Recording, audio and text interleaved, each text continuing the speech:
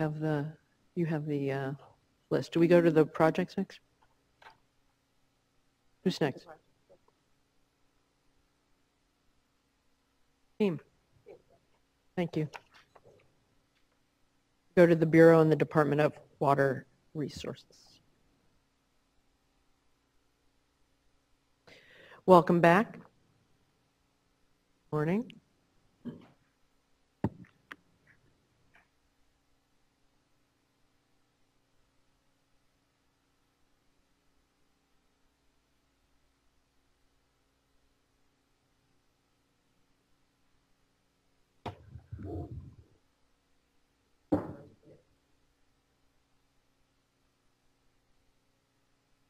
Thank you. Good morning, Chairman Marcus, members of the board, audience, and those on the web.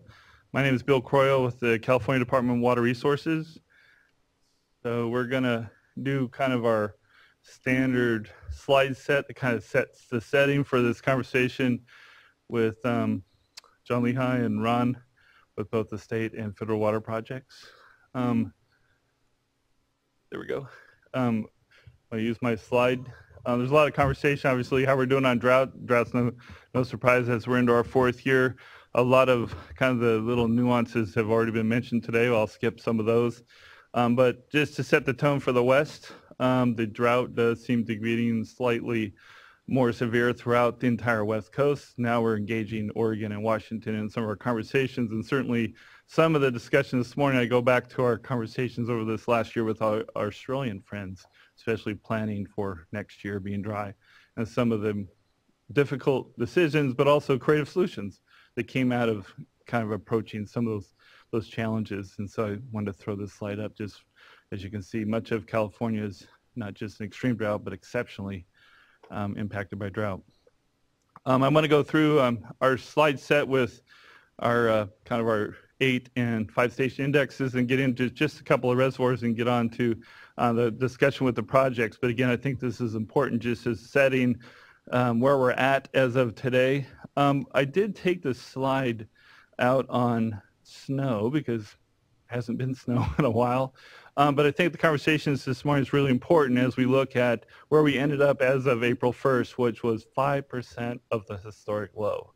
So 5% of our April 1st, and so, or 20% of our historic low. As the state climatologist Mike Anderson says, it pretty much kicked the historic low to the curb, and we've hit a new very low number. And I think the impact of not having that cold water running off here in these typically the runoff season, which is now June, July, and May case into August, is the loss of that cold water feeding those reservoirs in storage. And so to me, that's one of the biggest changes that we've seen, say, versus last year. So when we look at where reservoirs are, part of the challenge is how those reservoirs would normally continue to fill and maintain temperature conditions. So this again Bill, is can I ask a quick question? Because I've been trying to explain the impact of snow, both in terms of quantity and temperature and the like, and why this year is so much worse.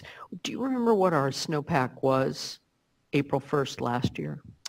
Oh, that's a good question. I think it was what was it? I keep waiting for someone to ask me that question because it's a logical question. On my graph. I believe it was 25% of normal last year, which was the previous low tied with 77. So right. This one was 5% versus 25%, which was, so it pretty much shattered the old record of low snowpack. Thank you. I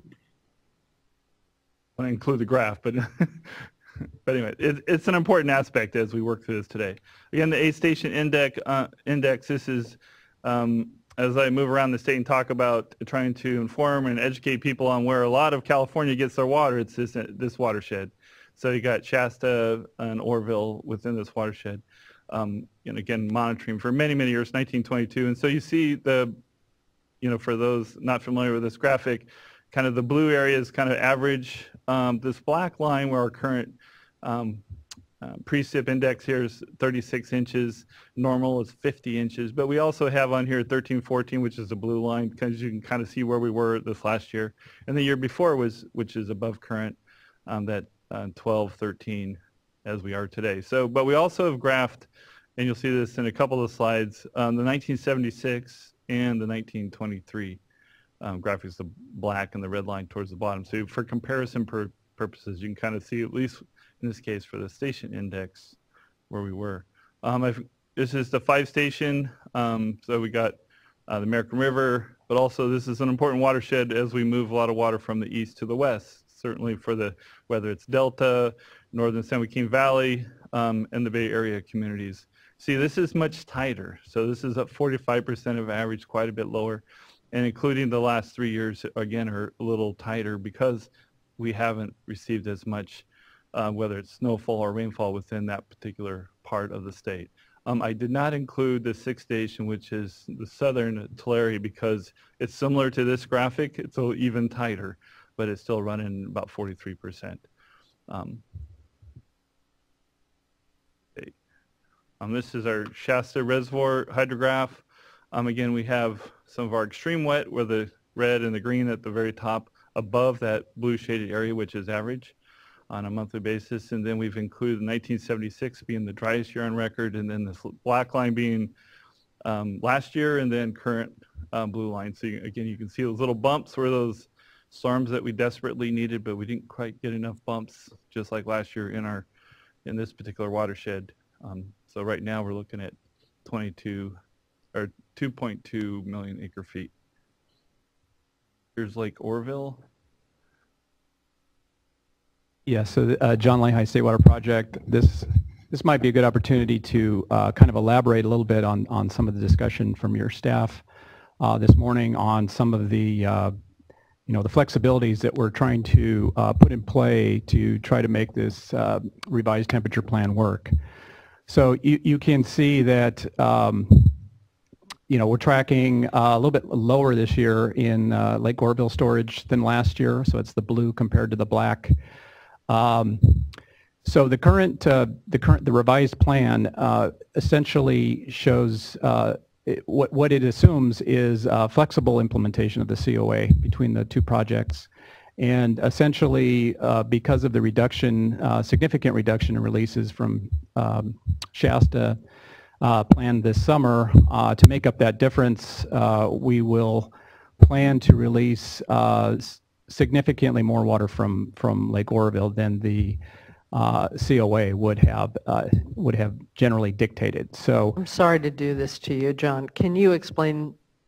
This is an unfair question. Can you explain the COA for the people who are listening, what that is, just so at least they know when someone says that? Just in very simple terms, the Coordinated Operating Agreement is, in a sense, a de facto water rights agreement between Reclamation and DWR in providing water to meet in-basin needs in the system.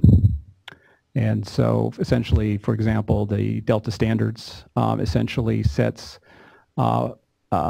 formulas for specific shares of stored water to meet those requirements.